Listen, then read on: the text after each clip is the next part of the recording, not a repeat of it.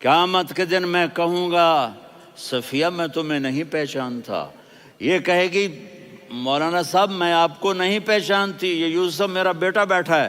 میں کہوں گا کون ہو، کہاں سے آئے ہو؟ یہ کہے گا ابا آپ کون ہو، کہاں سے آئے ہو؟ بھائی بھائی کو نہیں پہچانے گا۔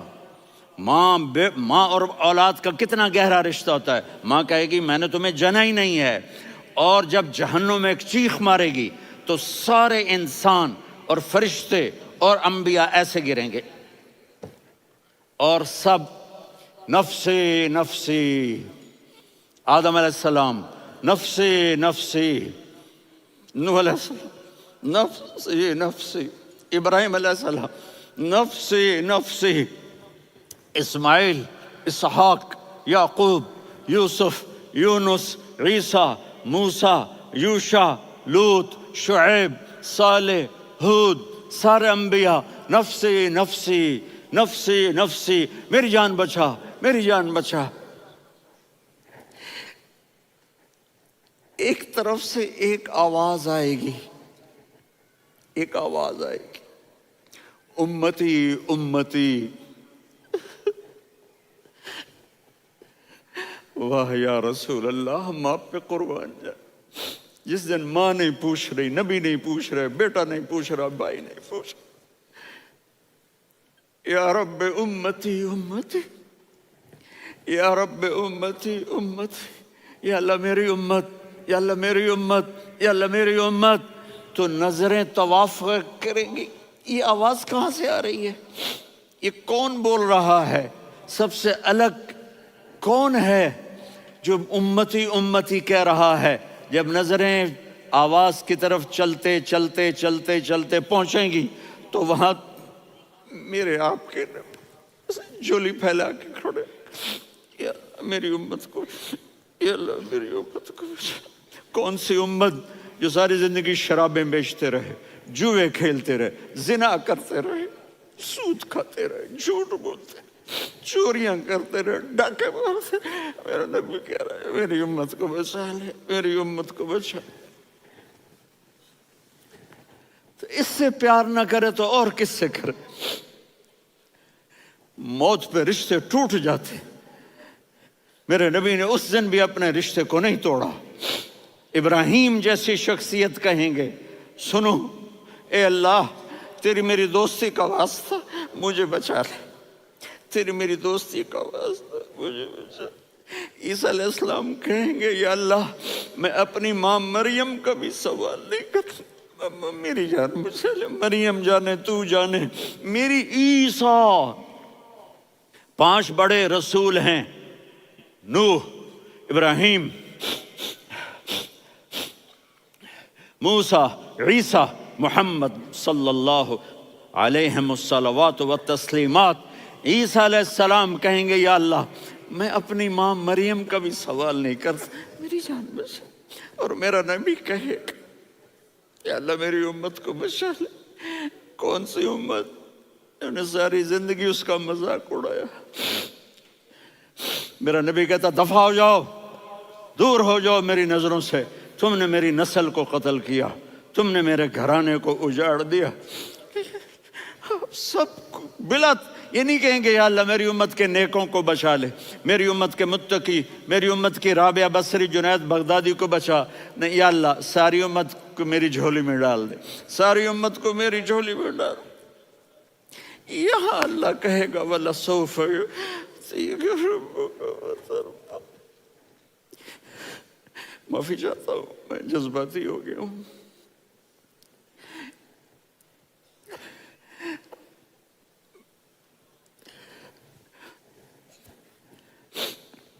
میرے بھائی بہنوں، میرے بچوں، تھوڑی سی زندگی ملی ہے، تھوڑی سی زندگی ملی ہے، اپنے حبیب کی زندگی کو اپنا لو۔ میں تھوڑے تھوڑے اشارے کر کے بتا دیتا ہوں۔ جب آپ بیٹے ہیں تو آپ کہہ رہے ہیں کاش میرے ماں باپ زندہ ہوتے، میں ان کی خدمت کرتا۔ پھر فرمایا اور نہیں تو میری ماں تو ہوتی، چونکہ ماں کو دیکھا ہے نا، باپ کو دیکھا نہیں ہے، تو فرمایا کاش میری ماں زندہ ہوتی اور میں عشاء کی نماز کے لیے مصلی پہ کھڑے ہو کے الحمدللہ رب العالمین پڑھ رہا ہوتا، اور ادھر سے میری ماں مجھے بلاتی محمد، تو میں نماز توڑ کے کہتا جی اماں جان میں آ رہا ہوں، نماز پھر پڑھا دوں گا۔ اپنے والدین کی عزت کرو۔ یہاں کا بڑھاپا بڑا خوفناک ہے کہ اولادیں چھوڑ جاتی ہیں اور ماں باپ ٹوائلٹ جانے سے بھی عاجز ہوتے ہیں۔ اپنی ماں کی دعا لو، اپنے باپ کی دعا لو۔ میرے نبی نے فرمایا ہاں عمر میرے بعد ایک آدمی آئے گا، اس کا نام ہوگا اویس، اور وہ کرن کی شاخ سے ہوگا۔ ہو گیا ٹائم؟ اچھا اچھا،